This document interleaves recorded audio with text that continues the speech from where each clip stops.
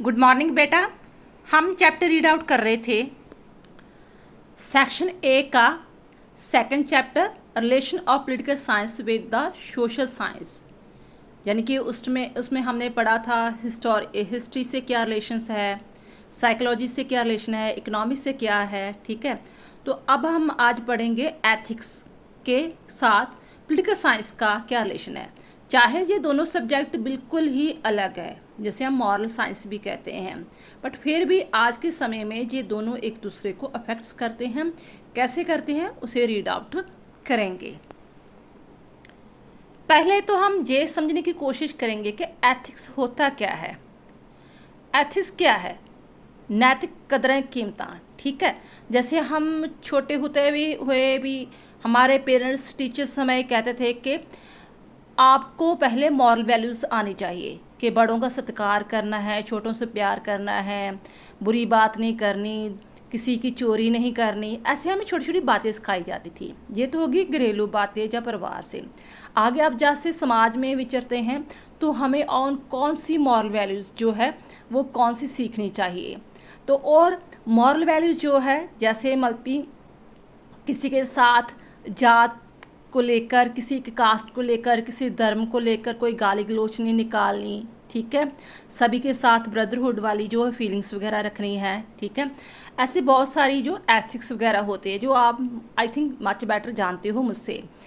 तो इसी सभी को चीज़ों को हम एथिक्स या मॉरल वैल्यूज़ कहते हैं। तो अब ये देखेंगे कि हाँ, ये पॉलिटिकल साइंस को क्या कंट्रीब्यूशन कर रही है एथिक्स जो है, और जो पॉलिटिकल साइंस है वो एथिक्स को क्या कंट्रीब्यूशन कर रही है, यानी कि दोनों एक दूसरे को कैसे अफेक्ट्स कर रहे हैं। और इसके बारे में सबसे पहले जो स्टडी है वो ग्रीक के टाइम में भी हो रही थी। जो प्लेटो था, अरिस्टो था, कांट, हीगले, ग्रीन जो था, महात्मा गांधी के बारे में तो सभी को पता है ना। ये चाहे फिलोसफर हमारे ग्रीक के हैं, फॉरनर के हैं, प्लेटो, अरिस्टो, कांट, हीगल वगैरह, लेकिन महात्मा गांधी के बारे में तो हमें सभी पता ना है कि वो आदर्श राज स्थापित करना चाहते थे जहाँ पर कोई भी व्यक्ति झूठ ना बोले, है ना। ऐसा राज स्थापित करना चाहते थे। तो वो सभी क्या थे? Moral values. तो चलो अब बुक के अकॉर्डिंग देखते हैं। Ethic is the study of the moral life of man. Ethic क्या है? जब हम किसी आदमी के नैतिक कदरें कीमती होती हैं, ठीक है, मॉरल लाइफ होती हैं, उसको स्टडी करने की कोशिश करते हैं। And it also gives us knowledge about right wrong, good bad, moral immoral, reasonable unreasonable. जब स्टडी करने से हमें ये चीज़ पता चलती है कि सही क्या है, गलत क्या है, ठीक है, मॉरल इमॉरल क्या है, रीजनेबल अनरीजनेबल चीज़ें क्या हैं, तो हम उन सभी को क्या कह देते हैं? एथिक्स, यानी कि नैतिक। It motivate man to follow the right path. ये हमेशा ही आदमी को, मनुष्य को मोटिवेट करती है कि आपने हमेशा ही सही रास्ते पर चलना है, कोई जीवन में गलत रास्ता नहीं अपनाना।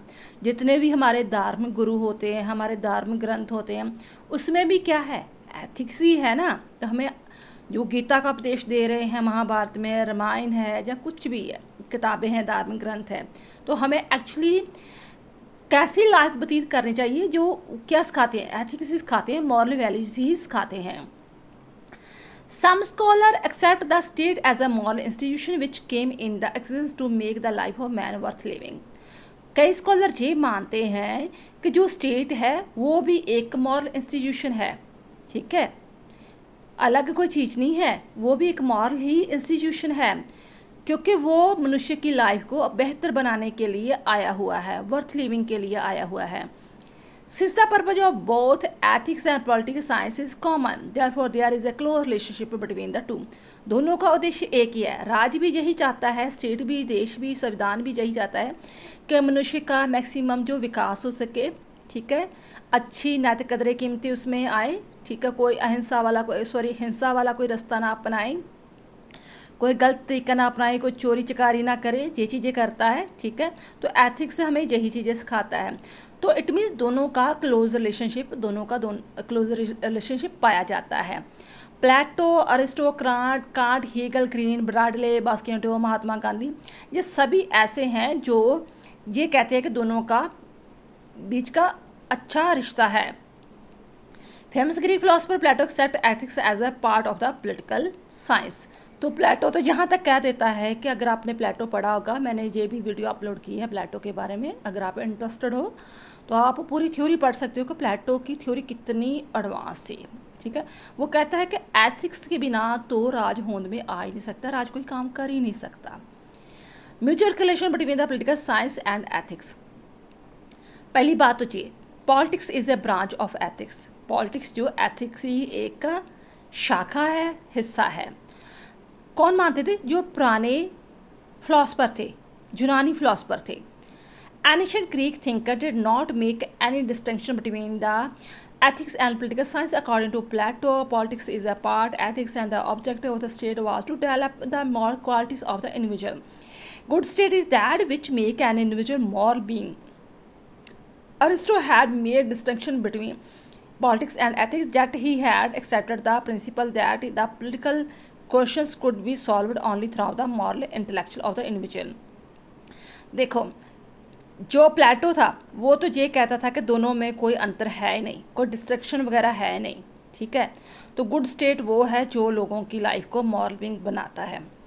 अरिस्टो दोनों में अंतर थोड़ा सा करता है। वो कहता है कि जब जो स्टेट है, ठीक है, लाइफ की प्रॉब्लम्स को सॉल्व करता है तो वहाँ पर जो है मॉरल वैल्यूज़ आ जाती है। रूसो, हीगल कांट जो ग्रीन कांट है, जो विद्वान है, उन्होंने भी इस चीज़ को एक्सेप्ट किया है कि दोनों के बीच में आपस में रिलेशन पाए जाते हैं। नेक्स्ट है politics is separate from the ethics. Machiavelli. पहली बार ऐसा विद्वान हुआ था मिकावली जिसने ये कहा कि नहीं भाई, जो एथिक्स है वो अलग सेपरेट सब्जेक्ट है। देखो, जो धर्म गुरु है वो कह तो सकता है इंसान को कि झूठ ना बोलो, ठीक है, धोखा ना करो, समाज में अपने जो गरीबों की जो है पुण्य दान करो, समाज सेवा करो। आगे उपदेश सुनकर वो घर में जाकर इम्प्लीमेंट करता है नहीं करता उसकी मर्जी। ठीक है, हो सकता है 10% इम्प्लीमेंट करे और 90% करते ही नहीं, घर जाकर भूल जाते हैं सब कुछ वगैरह। लेकिन जो स्टेट कहेगा, राज कहेगा कि ये कानून मैंने बना दिया है भाई, तो ये कानून आपको फॉलो करना ही पड़ेगा। जैसे एजुकेशन का कानून बनाया था कि आपको 14 साल के बच्चों तक का एजुकेशन देनी ही पड़ेगी, ये मॉरल लेनी ही, ये कानून बन चुका है, तो वहाँ हमें चीज़ फॉलो करनी ही पड़ेगी। अगर नहीं करेंगे तो उस राज उसके लिए पनिशमेंट दे सकता है क्योंकि उसके पास कॉर्सिव पावर है। ठीक है, तो पहली बार ऐसा मिकावली विद्वान हुआ था जिसने ये चीज़ क्लियर कट की कि नहीं भी, ये दोनों चीज़ सेपरेट है। ये अलग बात है कि दोनों ही एक दूसरे को अफेक्ट्स करते हैं। Was the first thinker who had made the attempt to separate ethics from the politics. He made a distinction between the public morality and the personal morality, gave a religion and a morality a lower status than that the state. After this the thinker like Borden, Grotius, Habermas, Locke, उन्होंने भी इस चीज़ की बात को support किया कि जो मिकावली कह रहा है वो बात सही है। Close relationship between the political and morality. लेकिन जो महात्मा गांधी थे वो बिल्कुल इनके उल्ट थे। महात्मा गांधी ने तो क्लियर कट कहा था कि राज्य का उद्देश्य क्या है, मनुष्य के जीवन को अच्छे से अच्छा बनाना। तो अच्छा तभी बना सकता है जेकर अगर आपके निशाने अच्छे होंगे, आपके साधन अच्छे होंगे, मीन्स अच्छे होंगे, तो नेचुरली आपके एंड्स भी अच्छे होंगे। ठीक है, अगर मेरा टारगेट है कि मैं मैक्सिमम बच्चों को पढ़ा सकूं तो मैं मीन्स भी तो अच्छे अपनाऊंगी ना। ये थोड़ा मैं किसी की जो वीडियो है डाउनलोड करके अपने यूट्यूब में डाल दूंगी। ठीक है, तो मीन्स और एंड्स दोनों में बैलेंस होना चाहिए। तो महात्मा गांधी कहते हैं कि had made and the attempt to establish close relationship between the politics and morality. He also establish close relationship between the means and ends. वो कहता है कि जो आपने साधन अपनाए हैं, जो आपके उद्देश्य है, मीन्स एंड एंड्स का मतलब साधन एंड उद्देश्य, ठीक है, उनमें दोनों में रिलेशनशिप है। He was of the opinion that the good ends could be the achieved by only good means. अगर हमने अच्छे उद्देश्य प्राप्त करने हैं, अच्छे टारगेट प्राप्त करने हैं कि नहीं भी सभी में सामाजिक भलाई होनी चाहिए, तो हमारे जो रास्ते हैं वो भी अच्छे होने चाहिए। मतलब मैं समाज की भलाई करना चाहता हूँ, ठीक है, तो मैं चोरी के पैसे से भलाई करूँ तो वो भी अच्छी बात नहीं ना। ठीक है, तो सो दिस रीज़न के महात्मा गांधी ने जहाँ पर क्लियर कट कहा है कि दोनों में क्लोज रिलेशनशिप पाए जाते हैं। Value free politics modern view. The modern thinker of the 20th century, such as the Laswell, Robert Dahl, David Easton, etc., had made an attempt to separate moral values from the politics.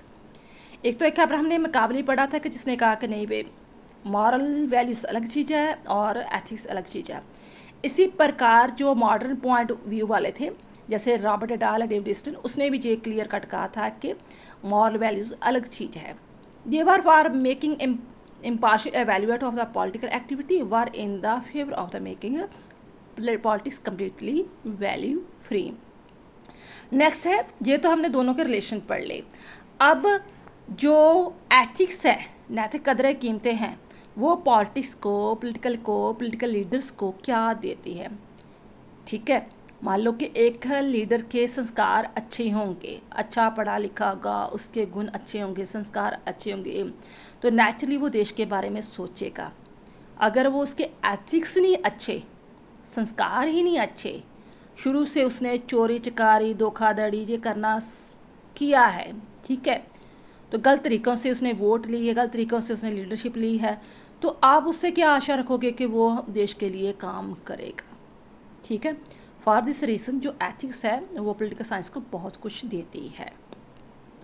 Ethics lay down good values for political science. We know that ethics distinguish between the good and bad, justifiable, unjustifiable, truth, falsehood, and etc. and tell us that what is right and what is wrong and what we should do and what we should do not do. ये हमें बताती है कि सही क्या है, गलत क्या है, न्यायपूर्ण क्या है, अन्यायपूर्ण क्या है, कौन सा काम गलत है, कौन सा सही है। ठीक है, ये हमें डिस्टिंग्विश करना, दोनों में अंतर करना हमारी बुद्धि को विवेकपूर्ण बनाती है, रीजनेबल बनाती है। ये नहीं जो कहा किसी ने कहा तो सेम सुनकर हमने अंधभक्त की तरह उससे विश्वास कर लिया, तो रीजनेबल बनाती है। What we should not do. Similarly the ethics lay down for the state that it should do and what it should not do. जैसी नैतिक चीज़ें हमें ये सिखाती है, इसी तरह ही स्टेट को भी ये चीज़ें देती है, मार्गदर्शन करती है कि आपने कौन से काम करने हैं और कौन से काम नहीं करने हैं। This way the foundation of good administration can be laid down the basis of the ethical principles. कोई भी प्रशासन चलता है, ठीक है, तो इसकी जो नींव पत्थर है, जो कह लो नींव है, फाउंडेशन है, वो एथिक्स के आधार पर ही होती है। नेक्स्ट है, moral values are the source of the laws. अब जितने भी कानून बने हैं, है ना, वो एथिक्स को थोड़े से ध्यान में रखकर बने हुए हैं। Moral values influence the laws में be the state and are the main source of the laws also. Professor Gettell ने भी कहा है कि moral ideas when they become wide spread and powerful they inevitable get criticised into law.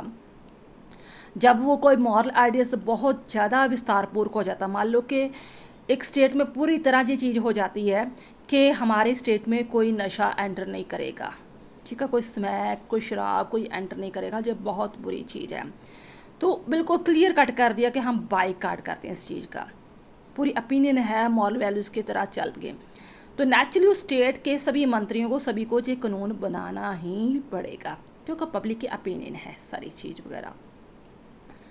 तो state need not to use force to implement the rule. हाँ, कुछ ऐसी भी चीज़ें हैं कि कानून जो ज़बरदस्ती लागू नहीं कर सकते, जो मान लो कि राज चाहती है कि नहीं हमारे देश में ये चीज़ें ऐसे ही होती रही हैं तो ऐसे ही होना चाहिए, तो आप ज़बरदस्ती उनको फोर्स भी नहीं कर सकते। तो इसलिए कहा है कि कोई भी चीज़ आपने मॉरल वैल्यूज़ को ध्यान में रखकर लागू करनी है, ना कि आपने तानाशाही डिक्टेटर को ध्यान में रखकर काम करना है। Morality is helpful to clean the political life. Morality preach good values which are naturally helpful to clean the political atmosphere. Morality teaches to man the lesson of the loyalty to state, कि अपने राज के प्रति, लोगों के प्रति किस प्रकार वफादार रहना है। Inculcate the sense of the law abidingness and also motivate him to do good action. उससे के बीच बीच इनकलकेट करती है, सही आते इनकलकेट करती है कि आपने कौन कौन से सही तरह मार्गदर्शन करना है, कानून बनाने हैं। The factor responsible for the decline in the present day political life is to ignore the moral value. आज ये हमारी इंडिया की बहुत बड़ी त्रासदी है कि हमने बहुत ज़्यादा मटीरियलिस्ट लाइफ के बनते जा रहे हैं, प्रैक्टिकल ज़्यादा बनते जा रहे हैं, तो मॉरल लाइफ को, मॉरल वैल्यूज़ को हमने बिल्कुल ही इग्नोर कर दिया है। फॉर दिस रीज़न मैक्सिमम जो हमारे देश के नेता है वो करप्टेड हो चुके हैं। अगर उनको थोड़ा डर रहता, जो मॉरल साइंस होती, मॉरल वैल्यूज़ होती, तो फिर भी कुछ गलत काम करने के लिए 100 बार वो डरते। Etch provide a yardstick for the valuate the achievement of the state. ये एक तरह यार्डस्टिक की तरह काम भी करती। यार्डस्टिक करना कहने का मतलब है कि तुलना करनी। जैसे आप 6 महीने पढ़ते हो तो बाद में पेपर देते हो, तो पेपर के बाद आपकी एवेल्यूएशन होती है कि आपने कितना पढ़ा था एक्चुअली, तभी उसके अकॉर्डिंग आपको ग्रेड मिल रहे हैं या नंबर मिल रहे हैं। इसी तरह का किसकी स्टेट की एवेल्यूएशन होती है अचीवमेंट की, कि उसने कितना सही काम किया है स्टेट के लिए। Ethics lay down moral principle to evaluate the achievement of the state. On the basis of this, we can measure the achievement or failure of the state. The government which does not respect moral principle can never become popular. ये तो बात हमने पढ़ ली थी कि ethics political science को क्या देता है। अब पॉलिटिकल साइंस एथिक्स को क्या देता है। एक एग्जाम्पल है क्लियर कट। मान लो हम कहते हैं कि सती प्रथा बुरी चीज़ है, बाल विवाह बुरी चीज़ है, दहेज लेना बुरी चीज़ है। हम मॉरल वैल्यूज़ की बातें कर रहे हैं, बड़ी बड़ी बातें कर रहे हैं, लेकिन जब तक कानून नहीं बन जाता तब तक लोगों के जो दिमाग के दरवाजे होते हैं ना वो नहीं खुलते। जब उनको हो जाता क्लियर कट के नहीं भी अगर हम ऐसा काम करेंगे तो इसके लिए क्राइम है, जो पनिशमेंट मिलेगा, तो फिर वो काम सही तरह करेंगे। नहीं तो कुछ ऐसे होते हैं, क्योंकि कहते हैं ना ह्यूमन इज़ एनिमल, इंसान जो है एक जानवर भी है। हाबस ने तो क्लियर कट कहा है कि होते हैं कि चलो 30, 40, 50% जो डिवाइन रूप के होते हैं, लेकिन उनको अगर मौका मिल जाता है 50% लोगों को, तो वो अपनी एनिमल्स जो है, फीलिंग्स जो है, एनिमल्स ट्रेड्स है, उसी वक्त निकालने की कोशिश करते हैं। तो उनको कंट्रोल जो है हम जस्ट ओनली बड़े बड़े प्रचार करके एथिक्स के द्वारा नहीं कंट्रोल कर सकते, उसके लिए कुछ कानून भी बनाने पड़ते हैं।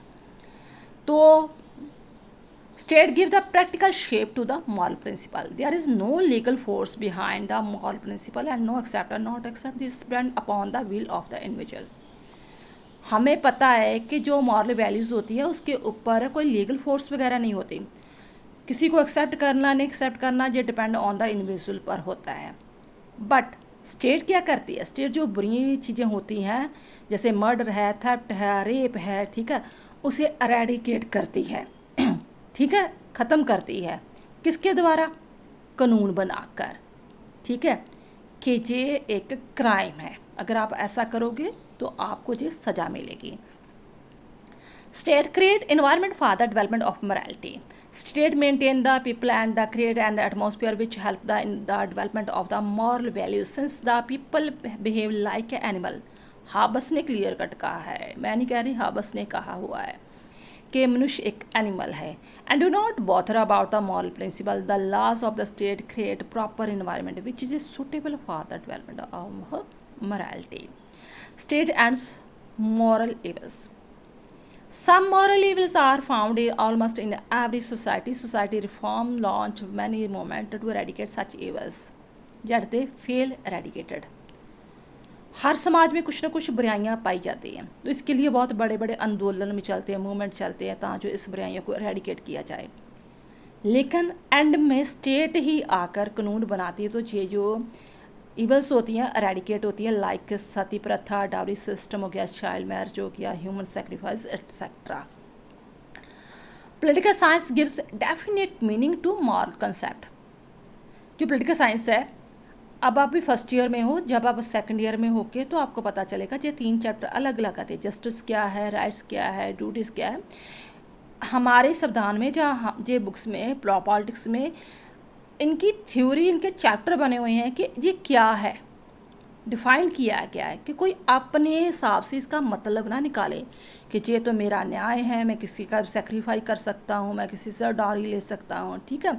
तो क्लियर कट किया है कि जस्टिस क्या है, राइट्स क्या है, ड्यूटीज़ क्या है, are the moral concept and these have a definite meaning. Political science provide a definite meaning to these concepts which everybody has to accept. Next है, दोनों में अंतर क्या है। अब देखो, जो मुकाबिल है, हाबस लाक है, डेविड ईस्टन है, इन्होंने कहा है कि दोनों ही जो सब्जेक्ट है बिल्कुल ही सेपरेट है। इम्पैक्ट एक दूसरे को जरूर करते हैं लेकिन दोनों सेपरेट है। किस प्रकार? Ethics is concern with the inner motives while the practical science deals with the external action of man. जो मॉरल वैल्यूज़ होती है वो हमारे अंदरूनी फीलिंग्स को चेंज करती है कि जैसे हम धार्मिक गुरु का कोई प्रचार प्रीच सुनते हैं तो हमारा कहते मन शुद्ध हो जाता है, तो हम सोचते हैं कि नहीं भाई ऐसे नहीं, अब ऐसे काम करेंगे। जैसे मान लो मैं सपोज करो कि मैं बहुत ज़्यादा ड्रिंक करता स्मोक करता हूँ, तो मैं किसी धार्मिक गुरु से मैंने ऐसे मैं जाता रहा हूँ तो उससे मैं इतना इम्प्रेस हुआ तो बाद में उस मैंने छोड़ दी, जो इनर मोटिवेट है कि मेरे अंदर से मोटिवेशन आई। लेकिन मान लो कि पॉलिटिकल साइंस है वो एक्सटर्नल एक्शन है ऑफ मैन है का कहा कि आप दारू पीकर व्हीकल नहीं चला सकते तो इट मीन्स नहीं चला सकते। ठीक है। Ethics analyzes the inner motivate of the individual and the evaluate the same on the basis of good and bad. In the comparison to it, political science is concerned with the external action of man, and so long he does not give the practical shape to his the inner motives, has nothing to do with this. Scope of ethics is wider than the scope of the political science. Ethics is concerned with every action of the individual, whatever maybe its nature, such as the ethical motives mean neither to think bad or to do bad. This way, ethics is concerned with both the internal feelings as well as external action of the individual. But in comparison to it, the political science is only concerned with the external action and the political activities of the individual. State laws are backed by the coercive power, moral principles are not. There is a legitimate coercive power. मैंने ये पहले बता दिया कि जो politics है, state है, ठीक है, उसके पास एक लेजिटिमेट कोर्सिव पावर होती है। ठीक है, कि अगर मैंने मान पे आपको ये बात कही है, कानून बनाया है, तो आपको कानून को फॉलो करना ही पड़ेगा। अगर नहीं करते, आप ब्रेकअप करते कानून का, तो आपको पनिशमेंट मिलेगी। But on the other hand, to accept or not to accept a moral principle is purely up to man, and even if he violates this, no punishment is given to him. State laws are the uniform for all. Moral principles are different. Laws of the states are uniform and are equally applicable to all, where the moral laws differ from place to place and man to man. According to some individual, drinking and gambling are the immoral acts, where for the other there is nothing immoral. कईयों के लिए तो शराब पीना, जुआ खेलना एक बुरी चीज़ है, कईयों के लिए ये नहीं है कि नहीं भी कुछ इमोरल नहीं, एक शौक है। Ethics is concerned more with values, where the political science is concerned with the actuality. Ethics is mainly concerned with the values and principles, therefore it is more theoretical. On the other hand, political science is regarded as a practical science as it deals with the actual life. Difference in their nature. Political science is explanatory and normative science. It explains about the origin, development, function of the various institutions. बोल करो state के बारे में बात हो रही है, राज्य कैसे पैदा हुआ, कैसे विकसित हुआ, क्या काम करता है, कौन से इसके पार्ट्स हैं, ये सारा कुछ बात करती है। और इन द एंड वो स्टेट को एक आइडल फॉर्म मानती है। But in the comparison to the ethics is a normative science and it is more concern with the ought to be and ideas value. Conclusion क्या है? The aim of the both the subject is to make the life of an individual good and worth living. Both are developed in the same way. Laws based on the morality are better away. Ethics lays down rules to evaluate good and bad laws. State create proper condition for the implementation of moral laws. Morality preaches world peace, and the purpose of international laws and international organization is also the same. I hope ये आपको top का अच्छी तरह समझ में आ गया होगा। तो इसी के साथ हमारे जो है टोली चैप्टर कंप्लीट हो जाता है, और इस प्रकार बेटा आपके जी क्वेश्चन आते हैं। ठीक है, दो टॉपिक एक साथ भी इकट्ठे भी आ सकते हैं, जैसे हिस्ट्री इकोनॉमिक्स आया है, इसी तरह एथिक्स सोशियोलॉजी इकट्ठा आ सकता है। क्वेश्चन को मोल्ड करके भी डाल सकते हैं, जैसे political science can not live in the isolation, explain the relation with the other social science. तो आपने फिर थोड़ा थोड़ा बता देना है सभी के बारे में। ठीक है, चैप्टर बेशक लेंथी है लेकिन काफ़ी ईजी है। आई होप ये चैप्टर आपको समझ में आ गया होगा। थैंक्स बेटा।